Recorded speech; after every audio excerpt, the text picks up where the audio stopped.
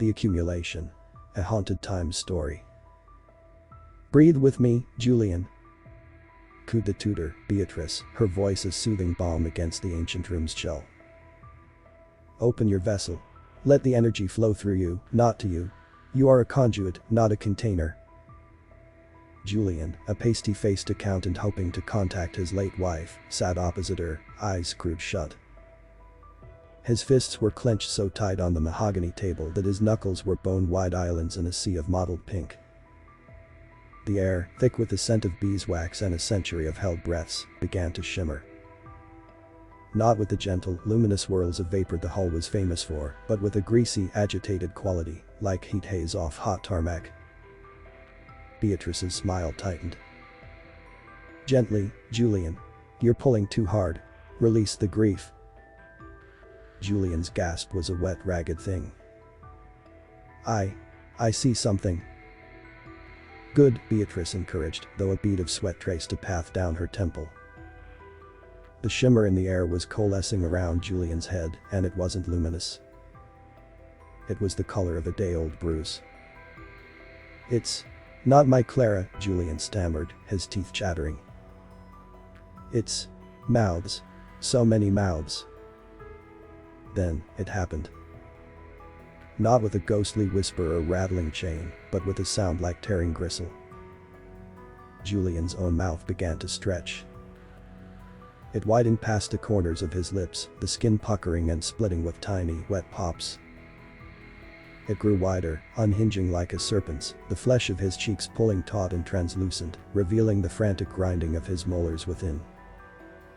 Beatrice froze, her new age platitudes dying in her throat. From the cavern of Julian's impossibly stretched mouth, a thick vaporous substance began to pour. It wasn't smoke. It was a viscous, semi-luminous sludge, the consistency of egg whites and the color of spoiled meat, threaded with veins of shimmering, sickly light. It coiled onto the polished table, not dissipating but accumulating, a growing pile of psychic effluent. And from within that foul, swirling mass, tiny, perfectly formed mouths opened and closed, whispering 1,000 frantic contradictory things, fragments of fear, flashes of forgotten lust, echoes of road rage, snippets of agonizing physical pain. It was the raw, unfiltered sewage of the human subconscious. Julian's eyes, wide with a horror that had burned past screaming, were fixed on the heaving pile of his own extruded misery. Then, with a final, wet rip, his jaw dislocated entirely. The sludge surged, and one of the vaporous, whispering mouths on the table latched onto Beatrice's hand. It didn't bite. It leached. A searing, intimate cold shot up her arm, and she felt a memory, not her own, of a bicycle accident, the specific, sharp agony of handlebar striking spleen, bloom in her gut. She shrieked, snatching her hand back, and the thing on the table pulsed, seeming to swell with the stolen sensation. Julian's body finally slumped forward, his ruined face collapsing into the still writhing pool of psychic discharge. The little mouths swarmed him, feasting. 6 weeks later, I arrived. My name is Thomas, and my grief for my son, Daniel, was a physical weight, a coat I couldn't take off. He'd stepped in front of a train. No note, no warning. Just a void. I wasn't here to become a medium for village fates. I was here to bore a hole through the wall of reality and drag an explanation, any explanation, from my boy. Stansted Hall, they said, was the place. The psychic school. They told us about the residual energy. Described it as a charming quirk of the place, like creaky floorboards. The psychic equivalent of a scent lingering in a room, the head tutor, a man named Alistair, had explained during orientation.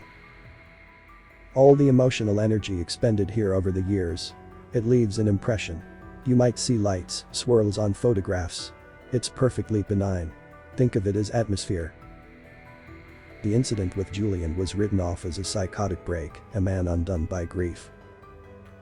Beatrice had taken an extended leave of absence. The oak room was being aired out. My first few days were a blur of meditation exercises and lectures on auras. I felt the atmosphere, but it wasn't benign.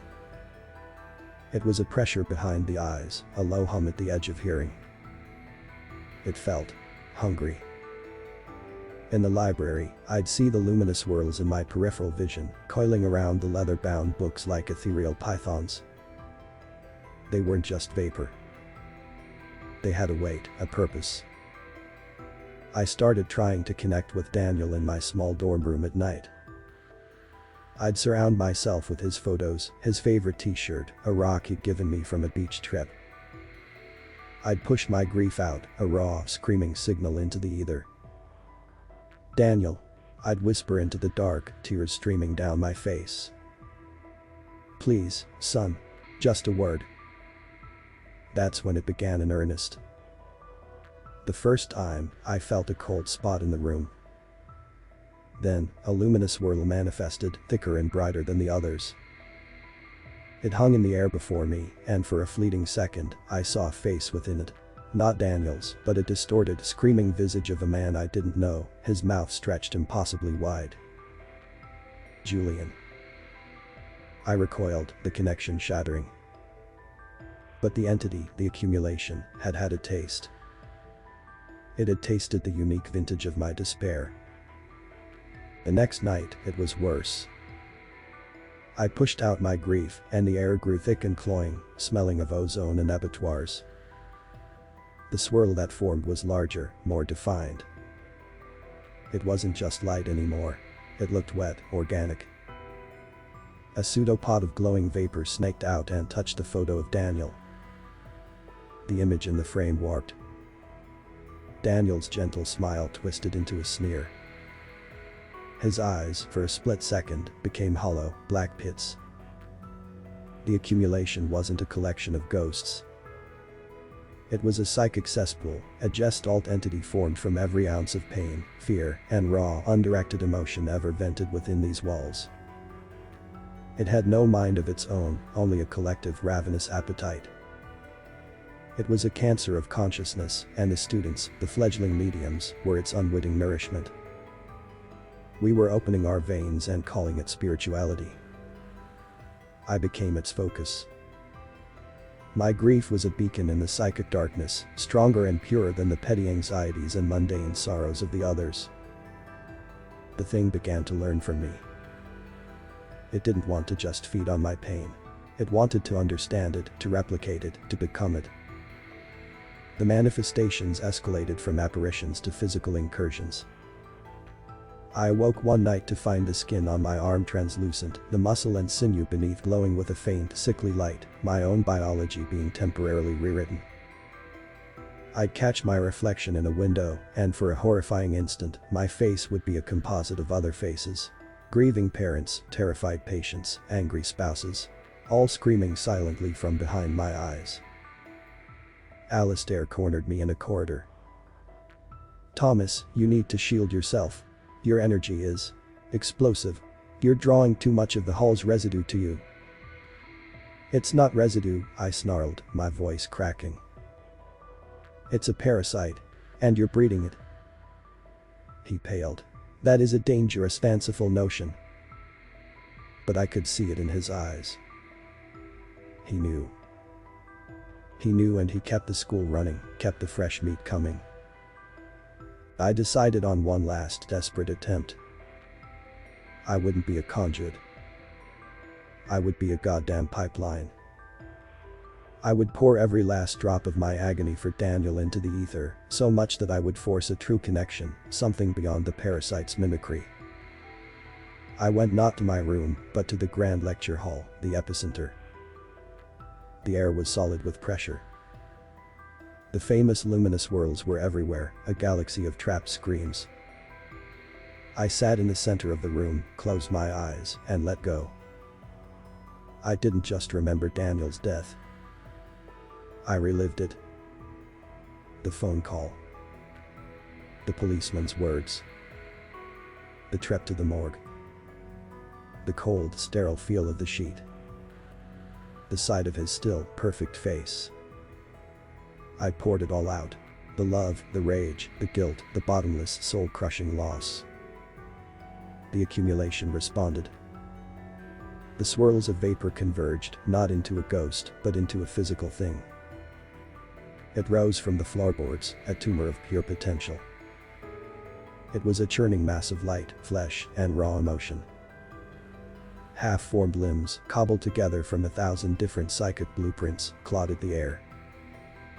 Faces boiled to the surface of the mass and dissolved. Julian, and others I didn't recognize, their features melting like wax. And the sound.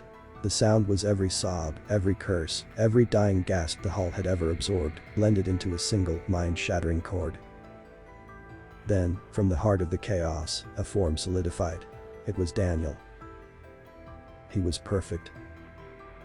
His crooked smile, the scar above his eyebrow, the blue polo shirt he was wearing in his last school photo. He stood before me, wreathed in the thing's monstrous light. "Dad," he said, his voice a flawless replica. My heart shattered with relief and love. "Daniel. Oh God, Danny." I reached for him. And as my fingers were about to touch his smile widened. And widened. His mouth stretched, the skin at the corners tearing, his jaw unhinging just like Julian's. His perfect face became a rubbery mask pulled taut over an impossible void. "We've been waiting," it hissed, in a chorus of 1,000 stolen voices, all speaking through my son's stolen mouth. "Your grief is the most delicious." The thing surged forward. It didn't attack me. It enveloped me. The light and the flesh and the pain poured into my eyes, my nose, my mouth. I felt my memories being siphoned, my personality being flayed from my soul. My love for my son was a delicacy, my guilt a rare spice. I felt my physical form dissolving, my bones turning to luminous dust, my flesh becoming one with the churning ectoplasmic mass. My final, screaming thought was not of terror, but of a horrifying, ecstatic union. I was finally with my son. I was a part of him. And I was a part of Julian. And of Beatrice's stolen moment of agony. And of every other soul fragment devoured by the hall. My consciousness was just one more whisper in the choir. One more swirl in the vapor. A new flavor added to the ever-growing, ever-learning hunger that dwells at the heart of Stansted Hall, a hive of paranormal activity that doesn't echo the dead, but gestates something far, far worse. And it waits, patiently, for the next broken heart to come seeking solace.